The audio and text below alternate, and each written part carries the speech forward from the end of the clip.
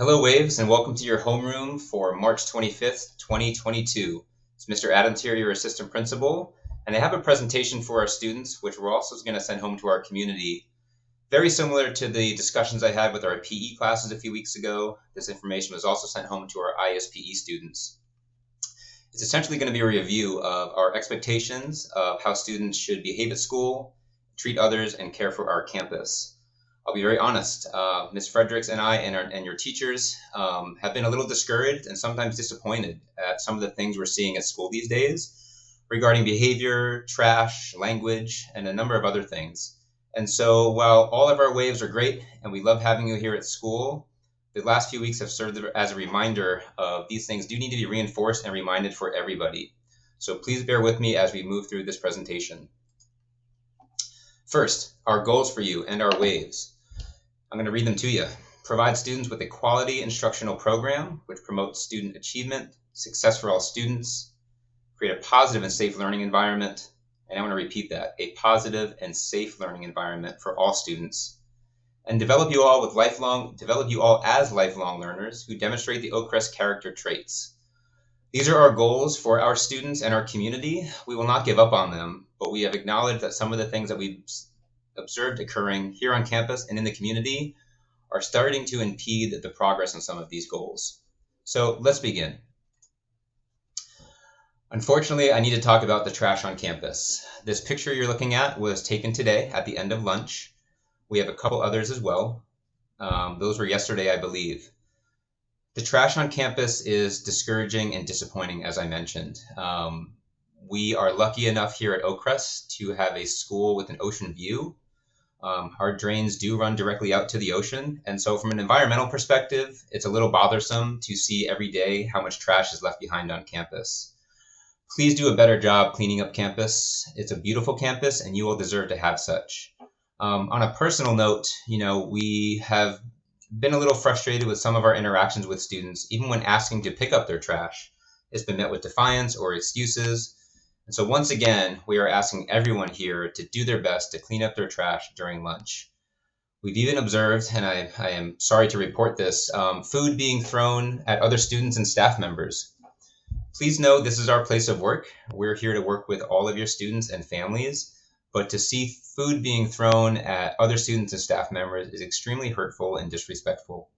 So please know Ms. Fredericks and I and your admin team will be as vigilant as possible to keep campus clean.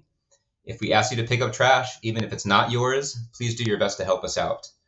I can't reinforce how much trash we're starting to see again during lunchtime. I hate to belabor the point, but it really does need to be highlighted as it's becoming a bit of a problem. On that note, lunch lines and cutting. We want to acknowledge the lunch lines are never as short as we want them to be.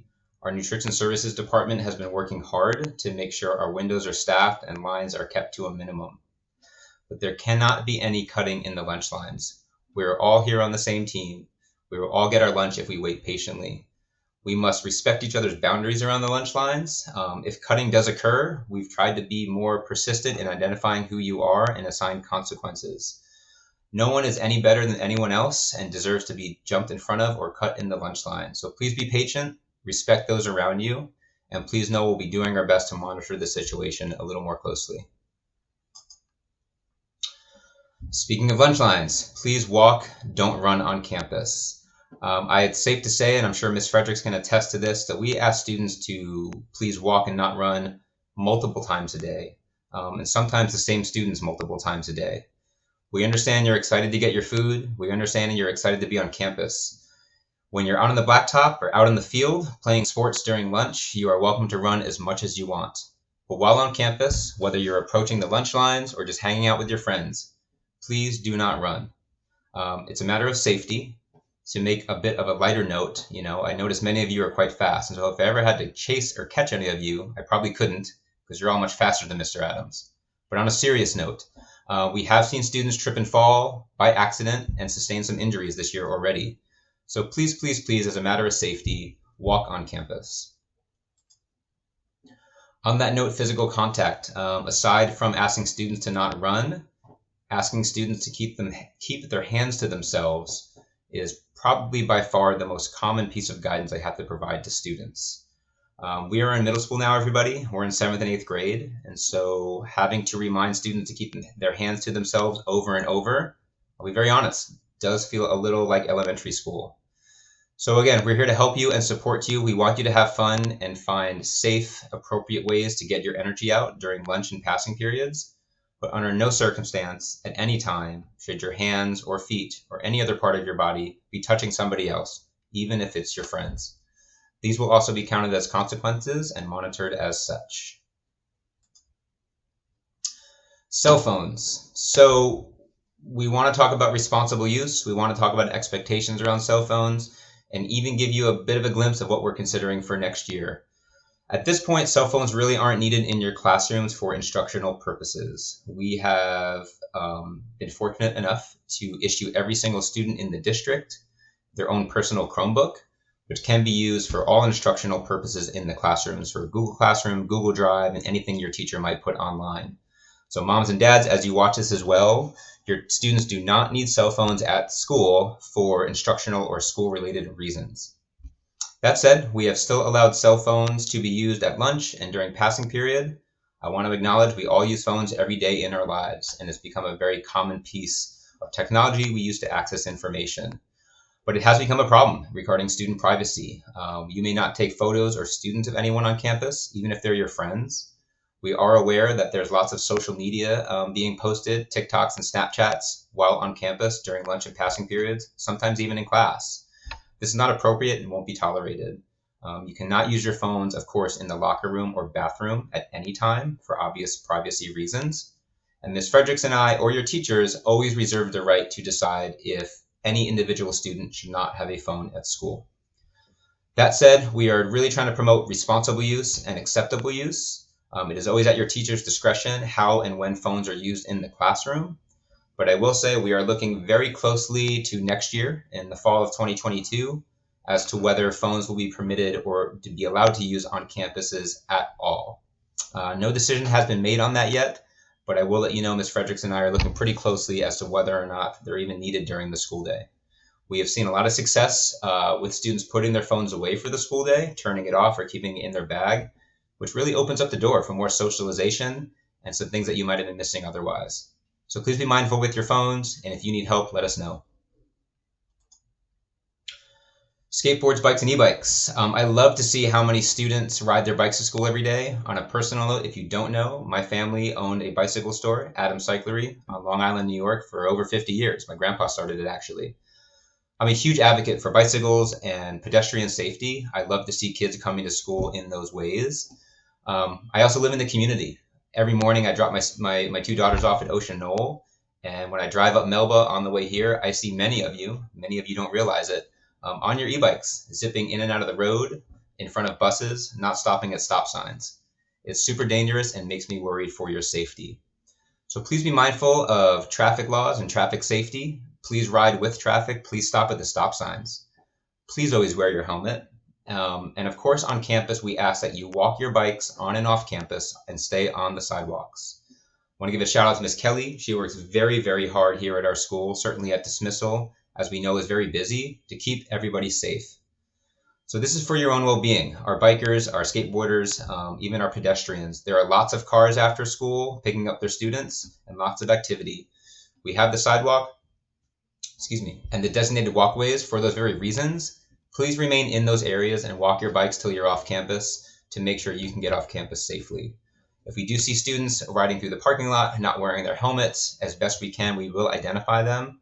And same as your cell phone, we can have a conversation with parents as to whether or not you should have your bike here at school. We can talk about vaping for a bit. Mr. Adams is aware of vaping and he knows how dangerous it is. Unfortunately, this has become fairly commonplace amongst adolescents and in our community. And so some quick ed code for you. Any sort of vaping or any sort of substances, alcohol, tobacco, or other drugs on campus is illegal. It's in direct violation of ed code 48900 for either possession, use, or distribution of. This applies to e-cigarettes, nicotine vaping, non-nicotine vaping, marijuana, whether that be actual marijuana or vaping oil. Go back, excuse me. So again, please know none of these are warranted or accepted on campus. Mr. Adams, myself, is fully aware as to how Snapchat is involved in this and how students are obtaining these items from what we call plugs. So again, this is a big matter of safety for us. We are aware it's occurring. I partner quite a bit with our law enforcement in the community to monitor this. And this comes out of a place of safety and concern. I'm a dad as well, and it breaks my heart to see students, certainly students your age, or anyone really, putting this sort of stuff into their bodies. There's a link here, which will be at the end of the slideshow. It's from truth.com. It's called The Breath of Stress Air.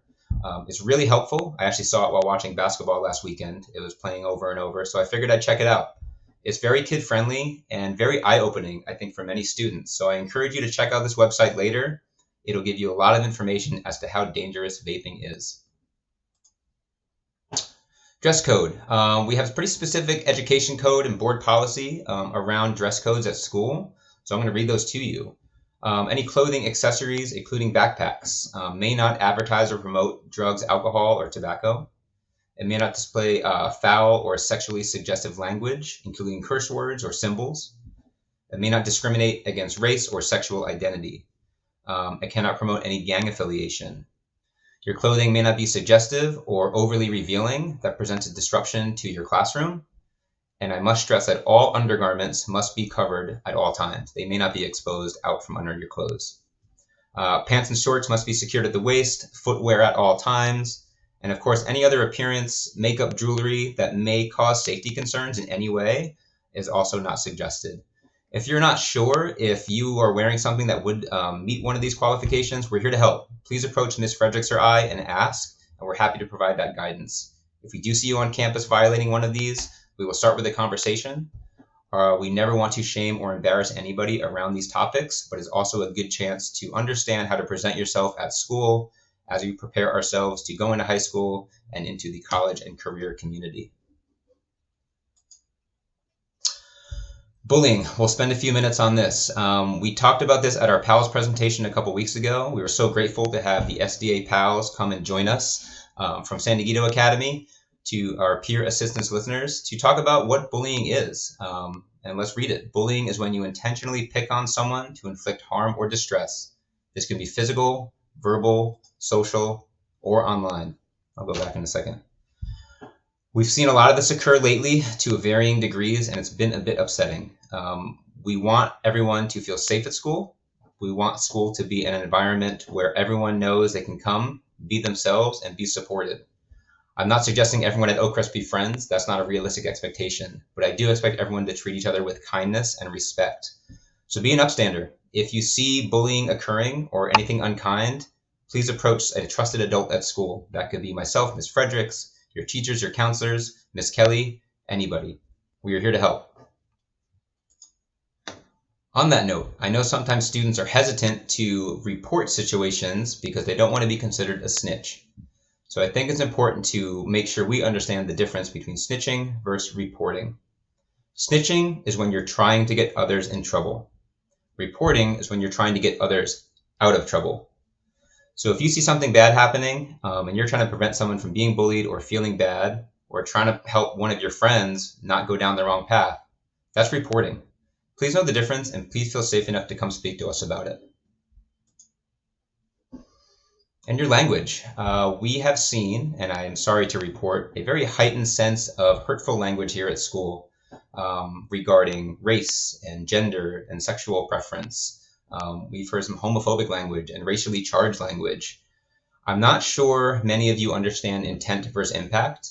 Many times when I speak to students around the language and how it affects them, their answer is often, oh, I was just joking, or I didn't mean that. And most of the time you're correct. There's one thing to intend what you mean, but it's much more important in many respects to understand how you're saying impacts those around you, right? You intended one thing, but it had this impact. This applies to speaking with adults at school as well. As a general rule, we expect everyone, adults and students alike, to communicate respectfully. The same courtesy we expect, like in real life, should be extended to your email. When someone greets you on campus, please return the greeting. When an adult on campus gives you a direction or makes a request, for example, please throw out your trash, this is not an invitation to argue, but an opportunity to avoid future conflict. Take ownership of your behavior, acknowledge that what you are doing may be deemed inappropriate by a staff member or your peers. Again, we have seen an increase in really hurtful language here on campus and in the community.